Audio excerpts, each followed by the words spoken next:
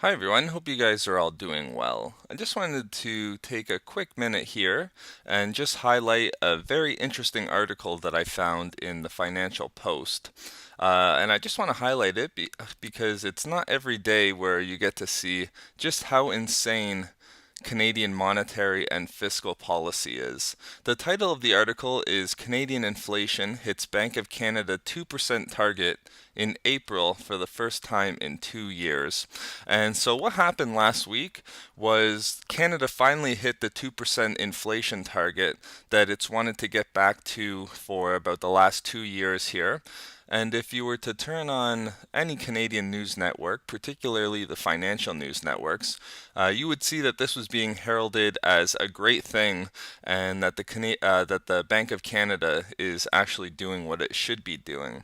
However, if we dig a little bit deeper into this article, you'll see how, unfortunately, especially for the lower income Canadians, just how we got to that 2% rate. And before we look at that quickly, I should also just point out in this paragraph here, it says that the central bank, that is the Bank of Canada, had been fretting more about the risk of deflation than weak growth. And now, fortunately for the Bank of Canada, I guess, prices are on their way back up. So this is just I guess, growing concern amongst all banks, always looking over their shoulder for the risk of deflation, never worried about the risks of inflation. They're seeing inflation as a positive in the economy.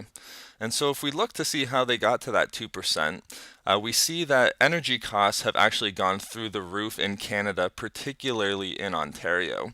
It says here that natural gas prices leapt 26% in the last year, which is just huge.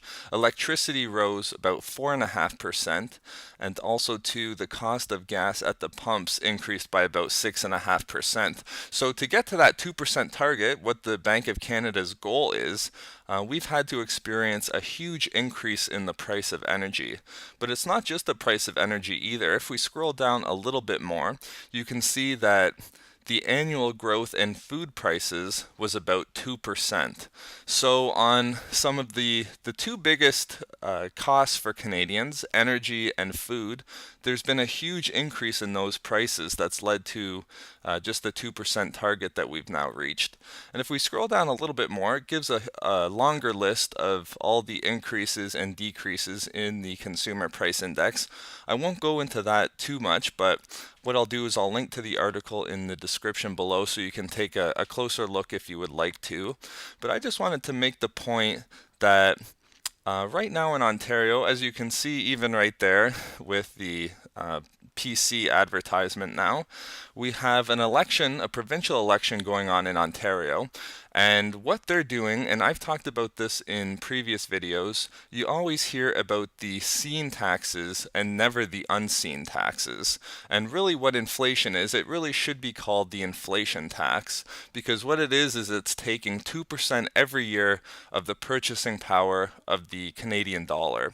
And again, too, that inflation tax, what it does is it hurts the lower income Canadians much more than it hurts middle class Canadians, even, although it's going to start to put a lot of pressure on them as well. And it really doesn't affect, it's probably the best tax that you could get if you're a wealthy Canadian. But forget what class system you're in, if you want to talk in those terms. It hurts everybody to some extent, because really, let's take a look at the low income Canadians. If you're already spending most of your income on food and energy and don't have a lot of discretionary income at the end of the day, if you have, who knows what those energy costs might lead to? It could be a 10%, 15% increase in energy, and then another further 2% with food prices. Again, it's going to make it very tough if you're already experiencing no further discretionary income.